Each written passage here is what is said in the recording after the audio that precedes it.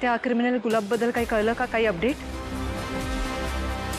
हे बघ, पोलीस डिपार्टमेंटमध्ये काही हालचाल झाली तर सगळ्यात आधी तू मला कळवणार आहेस, ओके? कारण मी तुला कॉल बॅक करते. या कामत काका, थँक्यू सो मच, तुम्ही आलात. थँक्यू. अहो द्या. नमस्कार डॉक्टर. नमस्कार. चहा पाणी काहीतरी? नाही, काही नको. आधी मला सांगा, माझा पेशंट कसा आहे? बरेत, ऍक्च्युली जरा स्टेबल आहेत. स्टेबल आहे ना? बस. नाही, पण तरी मला असं वाटतं तुम्ही एकदा बघून घ्या ना त्यात. आता आलोय, बघतो मी नक्की. डोंट वरी ग. हे बघ, त्याला मी चांगला चढतो. लहान सहान गोष्टींचं टेन्शन घ्यायचं त्याची जुनी सवय. पण यावेळी गोष्ट छोटी नाहीये ना डॉक्टर.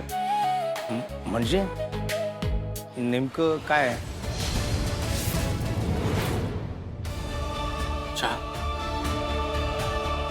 इतकी वर्ष घालवली त्या गुलाबला पकडण्यासाठी, त्याला आता सोडून द्यावं लागतंय. सीबीआय कडे जाऊन सुद्धा जर तो काहीच बोलला नाही तर काय करणार आहोत आपण? बॉस, मला कळतंय गुलाब आपल्या कस्टडीमध्ये असताना आपण त्याला शिक्षा देऊ शकलो नाही, त्याच्यावर कारवाई करू शकलो नाही. या गोष्टीचं वाईट वाटणं, या गोष्टीचा राग येणं अगदी साहजिक आहे. पण सिस्टमच्या विरोधात जाऊन काम करणं हे तुला कधी पटलं नाहीये आणि हे तू आम्हा कोणालाच करू दिलं नसतं, हो की नाही? हे बघ केदार, तू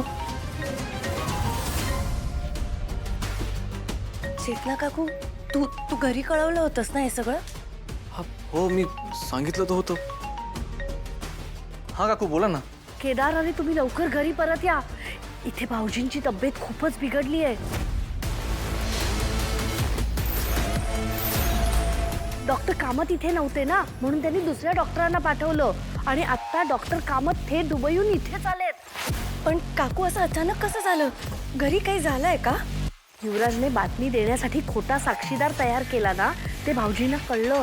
त्याला सहन नाही झालं ते, आणि रात्रीच त्यांची तब्येत बिघडली. त्यावरून रात्री खूप मोठं भांडण सुद्धा झालं. काकू, तुम्ही मला आधी का नाही कळवलं? तुम्ही कामात होतात आणि तुम्ही काळजी कराल म्हणून कौशिकीनीच सांगितलं आत्ता सांगू नकोस म्हणून. पण मला राहवलं नाही रे. शेवटी ते तुझे बाबा आहेत ना, म्हणून मी. हो काकू, आम्ही निघतोय.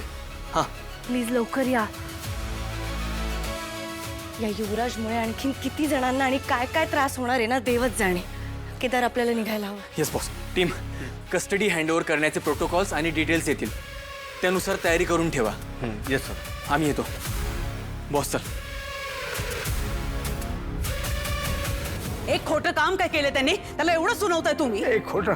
गोष्टी समजावूनही सांगता येतात. अरे समजावण्याच्या पलीकडे गेलाय तो. मला सांगा, बाप म्हणून केदारशी जसे वागता, जसे बोलता, तसे माझ्या युवराजशी कधीतरी बोललात?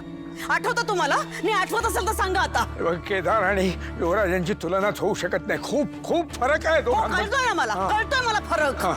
तुम्हाला त्या केदार मधला फक्त आणि फक्त चांगुलपणा दिसतोय आणि माझ्या मुलाच्या चुका. अरे तुमच्या चुकाच आहेत त्या. आता हे जे काय होतंय त्याचाही खापर माझ्या मुलावरच सोडा तुम्ही. माझ्या मुलाची बाजू कधी घेणार तुम्ही? काकू प्लीज, काय झालं? प्लीज शांत व्हा, त्यांची तब्येत बरी हा, नाही. बोला ना, आता बोला, शांत का? बोला, सांगा तिला. काकू प्लीज, त्यांना त्रास होतोय, तुम्हाला दिसत नाहीये का? तुमकी कामत काका, जायचं हिला जायला सांग. हो, आता मी पण नको ना तुम्हाला इथे. हा, का नकोय? प्लीज काकू, एवढा कसला राग आहे तुम्हाला? काकू त्रास होतोय त्यांना. हो, होणारच. माझा त्रास होतोय, माझ्या मुलाचा त्रास होतोय. तो केदार घरात आल्यापासून या घरात सुद्धा राहावंसं वाटत नाहीये. हे आपलं घर आमचं वाटत नाही आम्हाला. त्यांची तब्येत बरी नाहीये, आता ते महत्वाचं आहे, तुमचा विषय महत्वाचा नाहीये काकू. त्याची परिस्थिती खूप नाजूक आहे. प्लीज. अहो, त्यांची परिस्थिती काय, आमची परिस्थिती कोणाला सांगणार होत आम्ही? कोण ऐकून घेताय?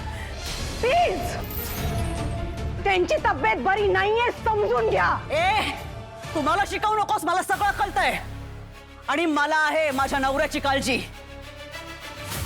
माझ्या नवऱ्याची नाही, माझ्या मुलाची आणि या संसाराची सुद्धा काळजी आहे मला. वहिनी, हे सगळं कळतंय आम्हाला. प्रसंग काय आहे? एक काम करा प्लीज, तुम्ही बाहेर थांबा प्लीज.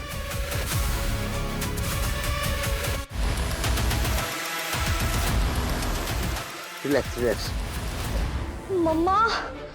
मम्मा, ही लोक आपल्या दया पप्पांना आपल्यापासून चोरतायत. नाहीतर काय, आणि त्यांनाही त्यांचाच पुळका आहे.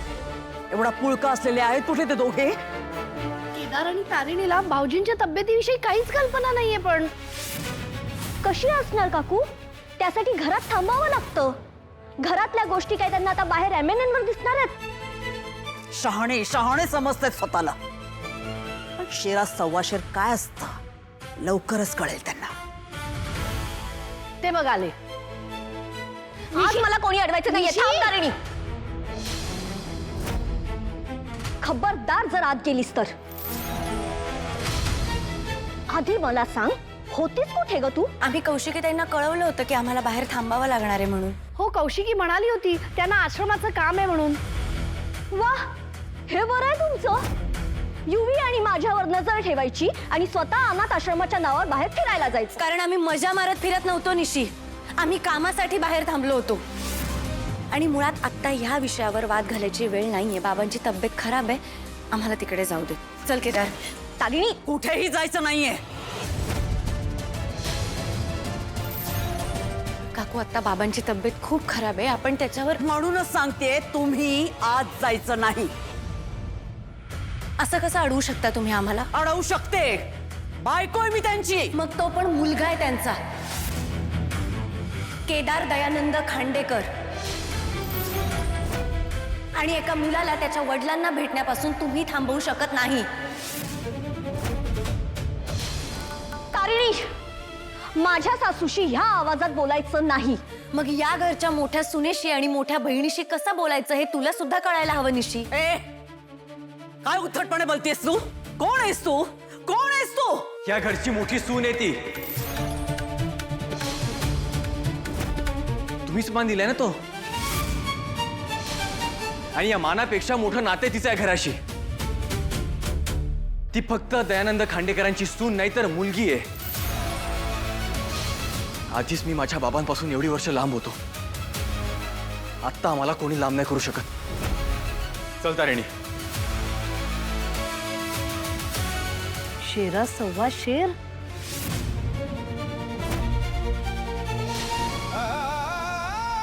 बाबा, बाबा काय झालंय? काय झालं बाबांना? सर असे बाबांना सर. Relax relax. तो झोपलाय, त्याला इंजेक्शन दिलंय सेडेटिव्ह. ओके, डोंट वरी. नाही पण हे असं अचानक का झालं? आणि ताई मला सांगितलं का नाही आधी? हे he is absolutely okay Kedar.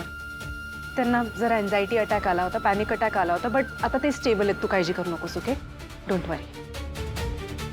आणि Kedar, please control your emotions. हां, तुझ्या बाबांना काही होणार नाही. 2 दिवसात ठणठणीत बरं होईल.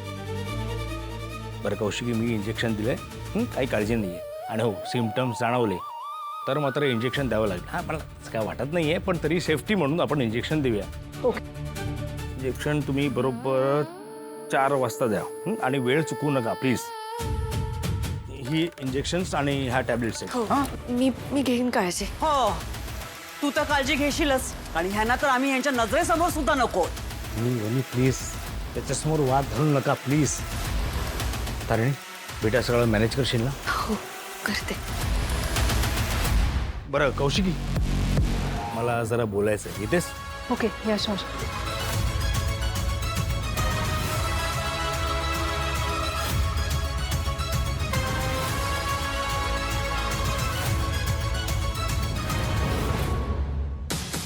जबाबदारी घेण्याची हौस आहेस तुला, पण लक्षात ठेव, यावेळी माझ्या नवऱ्याची जबाबदारी घेतेस तू. आणि जर कमी पडलीस तर गाठ या पद्मिनी खांडेकरशी आहे. काही कमी नाही पडू देणार. आधीच आईला गमावलंय, बाबांना नाही गमावू शकत.